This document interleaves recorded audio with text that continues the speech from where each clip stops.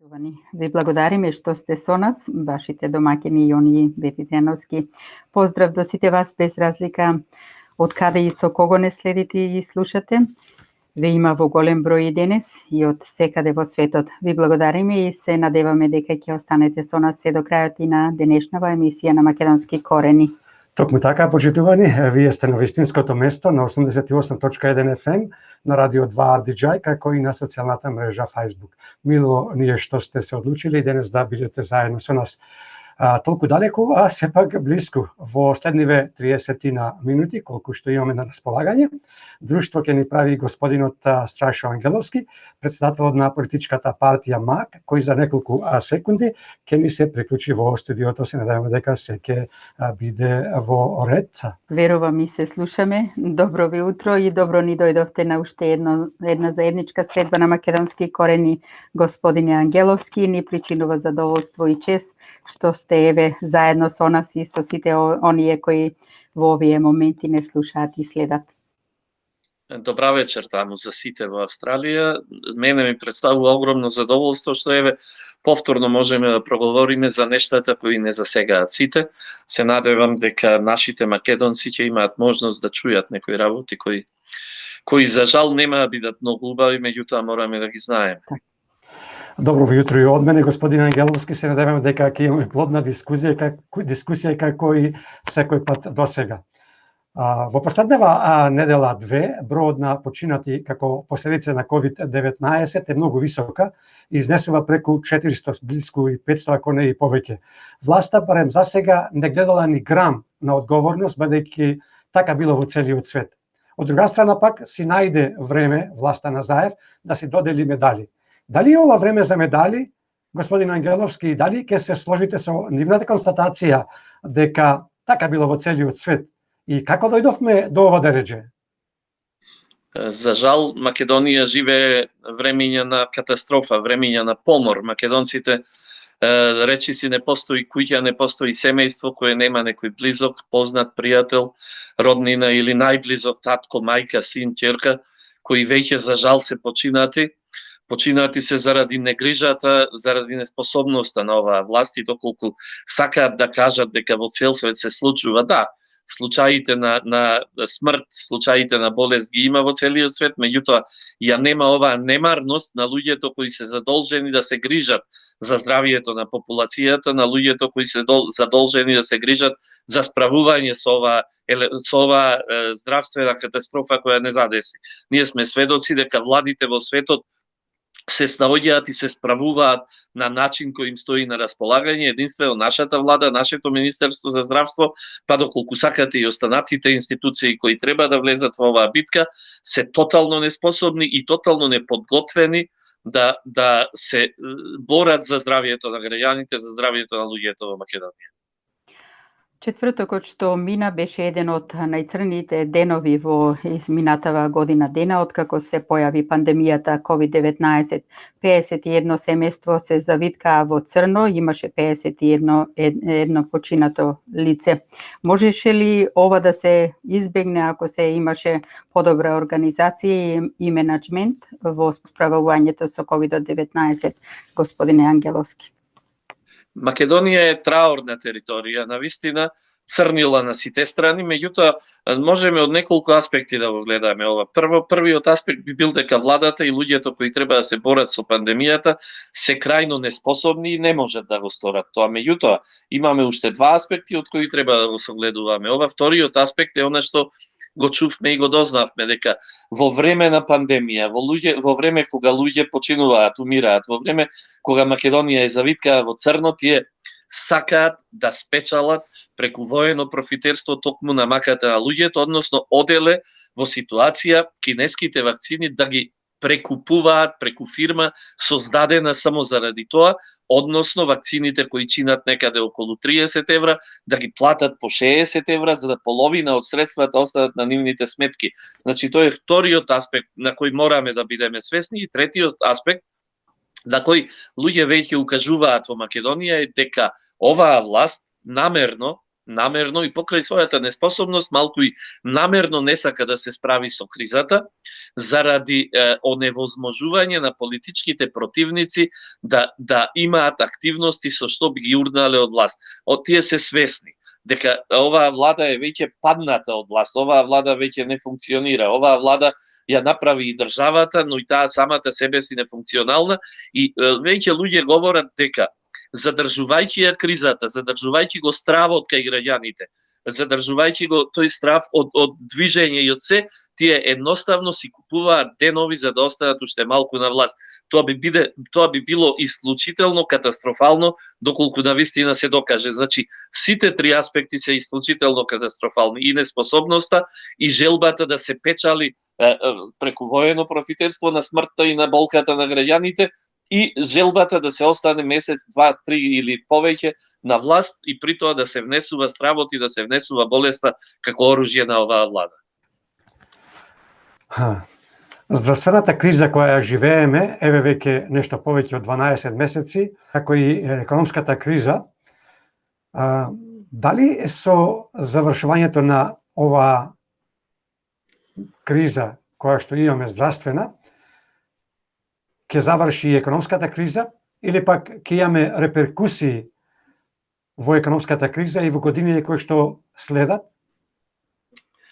Не само што нема да заврши, туку економската криза, оној најјакиот, најсилниот дел од економската криза ќе започне дури после завршувањето на здравствената криза. Јас многу одамна, уште на почетокот кога ова се појави, пишува во моите текстови дека она што значи здравствена криза ќе значи 10 пати повеќе економска криза. Тоа ќе рече доколку во здравствена криза се наоѓаме 500 или 600 дена, а еве веќе гледаме дека сме повеќе од година дена веќе во таа здравствена криза, значи доколку се наоѓаме 500 или 600 дена, дека 5 или 6.000 денови, а вие можете тоа да го пресапите во години, ќе ни бидат потребни за да се излечеме од економската криза.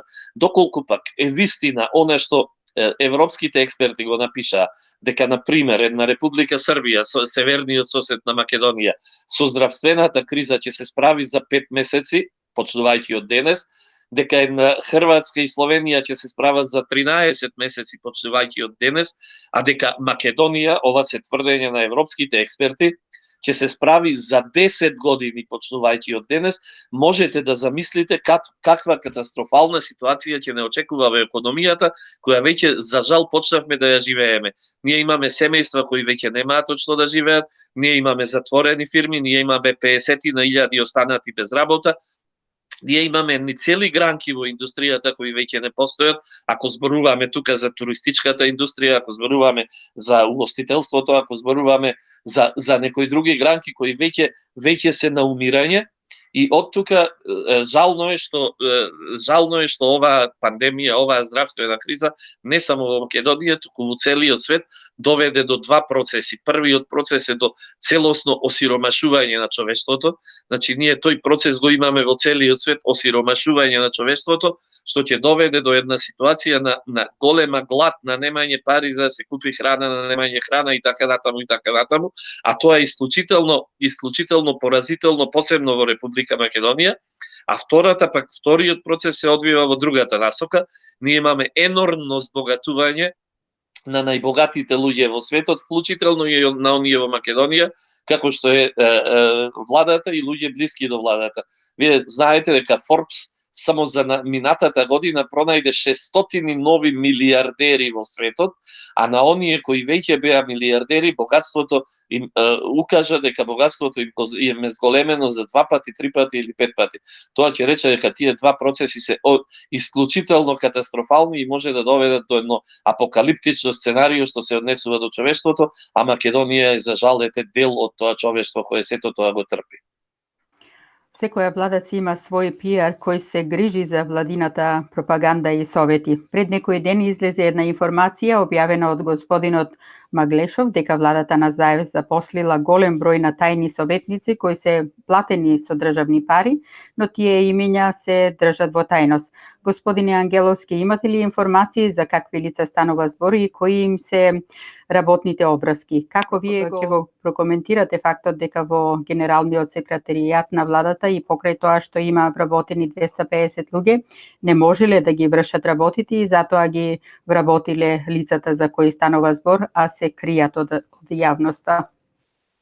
Се уште во Македонија никој го нема списокот на имињата, меѓутоа јас би кажал дека тоа се луѓето кои го задолжија Заев, демонстрирајќи, фрлајќи со бекантон плочки, палејќи канцеларија на претседател на држава, значи луѓе кои учествуваа во шарената револуција, на кои тој некако сака да им се одолжи, и не оти тие нешто работат таму, и не оти укажуваат и носат пиар мерки за владата, туку едноставно ги добиваат парите како нели да им се врати за она што го направија за донесувањето на Зоран Заев на власт. Инаку јас многу често сакам да зборувам за геополитичките и геостратегиските односи кои се одвиваат во светот, чиј дел е Македонија и на што мораме исклучително да се осврнеме. И говорејќи за тоа, јас пред некој ден кажав, вие имате советник во владата на Заев, исклучително успешен хуморист и комичар од К15. Дали тој може да го советува премиерот за, да речеме, за геополитичките односи? Вие имате советник во владата на Заев, господја која пееше нели македонски песни, дали таа може како со таква квалификација, дали може да го советува премиерот за геостратегиските и глобалните политички односи? Не може. Заев, за жал, заради својата неспособност, заради својата неукост и заради своето незнаење, се окружува со луѓе кои се уште понеуки и уште помалку знаат од него, и тоа е катастрофата која ние денес ја живееме. Не постои таму човек, бидејќи нели првиот човек се окружува со двојно понеспособни од себе, не постои човек таму кој може да помогне во донесување на одлуки, и затоа го живееме ова што го живееме. Ја живееме катастрофата во здравството, ја живееме катастрофата во економијата, ја живееме, ако сакате, катастрофата во безбедносниот систем, ја живееме катастрофата во армискиот систем, а тоа се системи кои се дел од општеството, дел од државата. Ако ги земеме тие системи како органите во еден организам, односно органите во човечкото тело, и доколку органите еден по еден почнат да откажуваат, човекот се наоѓа многу блиску до смртта. Еден по еден органите откажуваат и системот, организмот престанува да функционира. Истото е тоа и во државата. Како еден по еден од тие системи, од тие органи на државата престануваат да функционираат, за жал, државата доаѓа кон својата смрт и кон своето нефункционирање, и она што не чека најверојатно ќе биде целосен банкрот на Република Македонија и воведување на валутен борд од меѓународните институции, затоа што Македонија не ќе биде способна ниту да ги исплати платите и пензиите, ниту да ги подмирува врските кон меѓународните организации. Таква ситуација имавме на крајот на 97-та, кога на 31 декември меѓународната заедница воведе валутен борд кон Република Бугарија, затоа што не можеше едноставно да ги обезбедува своите обврски. Господине Ангеловски, меѓу поголемите афери е и аферата Мафија или Двојник, која ја објави од ВМРО ДПМН, а се работи за издавање на македонски пасоши на сомнителни лица и наркобосови. Министерот Спасовски самиот изјави дека биле издадени преку 215 пасоши на криминалци и наркобосови, и наместо да преземе одговорност за тоа што се случувало во неговото министерство во последните 4 години, тој го обвини ВМРО ДПМН за саботирање на акцијата и од обвинителството побара да поведе истрага против Мицкоски. Дали за овие скандали и афери кои се случуваат секој ден, не само еден, него повеќе, оваа власт на Заев ќе биде казнета на следните избори, што владата на Заев треба да ги закажи, или скандалите и аферите се толку многу, така што времето е веќе дојдено ВМРО ДПМН како најголема опозициона политичка партија, се разбира заедно со коалиционите партии, но и со сите оние кои мислат добро на Македонија, да го поведат народот и да излезете на улична револуција за да присилите ова ненародна власт да распише предвремени парламентарни избори час поскоро. И уште едно прашање, како ќе ја прокоментирате изјавата на Спасовски дека истрагата за скандалот со издавањето на пасоши била подкрепена од Американската амбасада? Дали со оваа изјава Спасовски се обиде да злоупотреби Американската амбасада и Канцеларијата за истраги само за да се спаси фотелјата, или не сакајќи, Спасовски потврди дека Македонија во моментов не е суверена и независна држава? Ајде да тргнеме од крајот, па ќе одиме кон почетокот на вашето прашање. Македонија одамна не е суверена и самостојна и независна држава. Македонија не е тоа од 27 април 2017-та, кога се формира влада де факто, тоа ќе рече влада, која е надвор од правниот поредок, од уставниот поредок на државата, влада која е нелегитимна и незаконска, и која влада потоа потпиша договор со Атина, според кој договор Република Македонија се најде во ситуација на гарантна окупација. Значи, окупацијата не мора да биде исклучиво со оружје и со воени средства за да биде окупирана некоја држава, туку низ политичката историја и теорија имаме случаи кога преку потпишување на договори една држава се наоѓа во ситуација на гарантна окупација во однос на друга. Тоа значи дека Република Грција има право да се меша во внатрешните работи на Република Македонија се до исполнувањето на последната запирка од договорот потпишан во Преспа, и тоа значи дека Република Македонија се наоѓа во ситуација на гарантна окупација во однос на Атина. За жал, тоа истото се случува, гледаме дека тоа истото се случува и во однос на Софија, но и во однос на Тирана. Значи, и Република Бугарија си го дава правото да се вмеша во внатрешните работи на Република Македонија се до исполнување на сите точки од договорот за добрососедство, а Тирана си го дава правото да се меша преку политичките партии на македонските албанци во внатрешните работи на Република Македонија се до исполнување на точките од Тиранската платформа.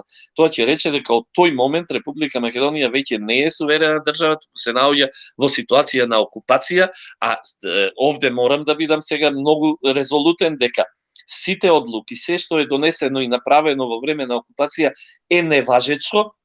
И од тука ние, како опозиција, јас реков, ние мораме најпрво да изведеме револуција во умот, а потоа да ја започнеме и револуцијата на улиците, за да ја урнеме оваа власт, и потоа, ако даде Господ, ако имаме сила и ако имаме знаење, моќ и трпение, да ги поништиме сите одлуки кои беа донесени од оваа влада во време на владењето на Зоран Заев. Зашто јас морам да ви кажам дека 40-тата Петен исто така формираше влада де факто во Виши, кога потпиша капитулација пред Германија, исто така и Квислинг во Норвешка формираше таква влада де факто која беше надвор од политичкиот и од правниот поредок на тие две држави. Откако тие две влади паднаа, сите одлуки и сите решенија и се што тие влади имаа направено беше неважечко и во меѓународните односи и внатре во државите во Франција и во Норвешка. Тоа ќе рече дека ние македонците имаме обврска да, пак ќе повторам, да ја направиме најпрво таа револуција внатре во собствените умови, за да го сватиме сето ова и да добиеме моќ и сила да излеземе на улиците и дефинитивно да ја урнеме таа и таква незаконска, нелегитимна и противуставна власт, да се избориме за власт од способни луѓе кои после ќе можат да се справат со предизвиците кои стојат пред нас. Инаку што се однесува до пасошите, до издавањето, се обидоа тие пиарджи на владата да ги поместат ситуациите обратно од она што се, па уште кажуваат дека ВМРО од ДПМН е тој кој се занимавал со лажни пасоши, издавајќи им пасоши на македонците од пустец, и сакаат да го стават на едно рамниште пасошите на македонците кои пораѓаја се македонци и на кои им беа доделувани пасоши за да бидат дел од македонската држава, сакаат да го израмнат со доделувањето пасоши на криминалци, на наркобосови од целиот свет, и уште преку својата пиар служба сакаат да ни кажат дека тие и такви криминалци по кои трага Интерпол, по кои трагаат десетици земји, десетици држави, едноставно си отишле на шалтерот на МВР, седнале, се сликале во кабините каде што постојат тие апарати за сликање, си добиле нов македонски идентитет и им биле дадени такви пасоши од некој обичен службеник таму во МВР без знаење на врвот на владата. Па доколку сметаат дека ние во Македонија сме малоумни, тогаш можат да ни ја продаваат таа приказна, меѓутоа верувајте, народот е веќе свесен, народот знае се. Народот знае и дека вчера беше уапсет началникот на полицијата во Прилеп заради шверц на дрога заедно со шоферот во фирмите на Заеви, дека на друго место некаде во Штипско беше уапсен началникот на полицијата од Штип заради шверц со мигранти. Тоа ќе рече дека народот веќе гледа дека оваа влада е подпрена само на криминал и на ништо друго. Ја покрива својата неспособност преку криминални дејанија и за жал, јас морам да кажам, можни се и тука работите да ги гледаме од три аспекти. Првиот аспект е дека овие луѓе кои сакаат да поништат Република Македонија, да ја уништат до крај, или се целосно недугави во умот и не можат да сработат онака како што треба, па не сакајќи ја уништуваат на државата, во што не сакам да верувам.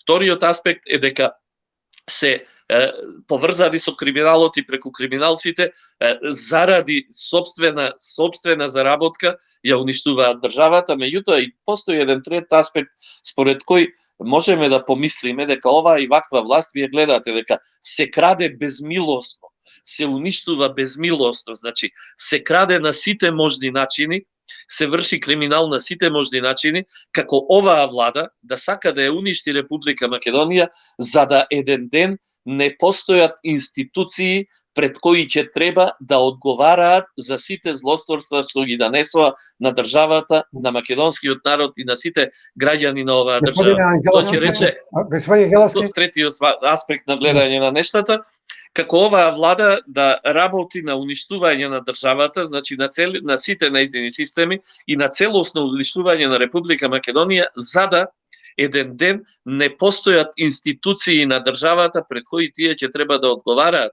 Тоа би била последната варијанта, тоа би било распаѓање на Република Македонија и поделба на државата. Меѓутоа, јас сум исклучително загрижен, бидејќи она што го работат точно наведува на еден таков заклучок. Господине Ангеловски, ајде да проговориме и за пописот кој е веќе одложен за септември годинава, а на диаспората и е оставена можноста да се пријавува и понатаму сиот овој период се до завршувањето на пописот. Многу прашина се крена и се уште се крева околу пописот, пред се околу методологијата, но и околу пријавувањето на диаспората. Дали треба да се промени методологијата и кој дел од методологијата е најспорен према вас? И дали ако им остане истата методологија, постои можност за повторно одложување на пописот во септември? Пред да одговорите на ова прашање, јас исто имам едно прашање, кога сте веќе кај пописов, а се однесува на диаспората исто така и би го поставил сега пред, како што реков, да ја одговорите на Бети. Македонскиот народ од диаспората е збунет од различните толкувања за тоа дали треба или не треба да се регистрираме. Ние од македонски корени стоиме на ставот дека треба да се регистрираме и ја промовираме таа теза. Но одредени активисти во македонската заедница од диаспората, како и некои лидери на политички партии од Македонија, ја шират тезата дека не треба. Нашата констатација е дека со тоа ги насочуваат македонците од диаспората во погрешна насока. Каков е вашиот став околу овие две тези, господин Ангеловски? Многу јасен и дециден. Да, многу јасно и децидно. Значи, најпрво нам ни треба статистичка операција попис, а не ни треба политичка операција попис. Тоа ќе рече, најпрво мора да се избрише врзаниот подпис на заменикот директор во Заводот за статистика. Зошто би требал врзан подпис, доколку тоа е само статистичка операција според која ќе се дознае колку семејства, колку домаќинства, колку стока, колку хектари обработено и необработено земјиште имаме.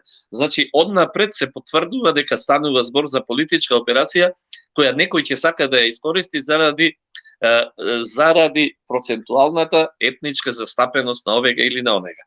Тоа ќе рече дека методологијата мора од корен да биде променета и да влеземе во пописот, да влеземе според принципите на Евростат, на Европската статистичка организација и на европските и на, ако сакаме веќе, кон каде што тежнееме, на демократските држави каде што пописот и онака како што пописот се изведува. Од друга страна, тоа ќе рече дека добро е што го одложивме пописот, добро е што имаме време ова сето да го промениме. Меѓутоа, доколку власта остане на власт се до одржување на пописот. И доколку не сака да ги промени овие сите нешта, да промени методологијата и да го воведе пописот како чиста статистичка операција, тогаш ние македонците ќе мораме со целосен бојкот на пописот овде во Република Македонија да се бориме во барањата ова да биде реализирано. Односно да побараме со неизлегување, со недавање на податоци и информации, да побараме вистински, ајде да речам, скандинавски попис во Република Македонија. Што се однесува до диаспората, јас повторно имам јасен и дециден став, може би некому нема да му се допадне, може би некој ќе ме нападне. Меѓутоа, искрено сметам дека македонците во диаспората треба, ајде и да не речам, мора да се евидентираат, затоа што во диаспората станува збор за евидентирање на македонци по раѓање кои живеат надвор од Република Македонија. Ние како држава, ние како народ имаме потреба да ја знаеме барем во 95% точната бројка на македонци кои од овие или оние причини се наоѓаат раселени ширум светот. И сега, оние кои повикуваат на бојкотирање на пописот во диаспората, нели велат дека не смееме да прифатиме попис во окупирана држава која е окупирана од северната власт и така натаму и така натаму. Јас се согласувам сосема со нив дека Македонија е окупирана, нели јас дури го објаснувам каква е таа окупација, меѓутоа морам да им порачам на сите тие дека Македонија беше окупирана 5 века и под турска власт, беше окупирана од големата порта, меѓутоа македонците се попишуваа како македонци. И замислете доколку тогаш, еве вака, бојкотираа и велеа ние во време на окупација не се попишуваме. Како денеска ние ќе имавме аргументи за да го потврдиме нашето постоење, како ние денес ќе можевме да кажеме дека во турските дефтери постојат македонци запишани во 17-тиот, 18-тиот или 19-тиот век. Затоа, јас навистина апелирам до македонците ширум светот да се евидентираат, да ја покажат вистинската бројност на македонците раселени заради неможноста да живеат овде во Република Македонија и на крајот на краиштата еден ден една влада при нови парламентарни или не знам какви претседателски или не знам какви избори, најверојатно за можноста иселениците, македонците раселени ширум светот да гласаат на тие избори ќе тргнат и од резултатите на пописот кој сега ќе биде извршен, односно од резултатите на нивното евидентирање. И што доколку ние имаме некои податоци дека нели 140-150 илјади се веќе евидентирани на пописот надвор од Република Македонија. Што доколку се евидентираат уште 150.000, уште 100.000 луѓе, па дали тогаш македонското иселеништво ќе нема право да избира многу повеќе пратеници отколку што беше случај досега. Доколку ние навистина имаме 300.000 македонци раселени ширум светот, ами 300.000 е една изборна единица во Република Македонија која носи 20 пратеника. Дали тогаш македонците раселени ширум светот нема да имаат право да побараат да бидат равноправни со македонците овде и да имаат право на избор на 20 своји пратеници, односно онолку колку што има раселени луѓе според бројот на една изборна единица во Република Македонија. Сакам да речам дека тоа се аргументите заради кои би требало да бидат евидентирани македонците надвор од Македонија.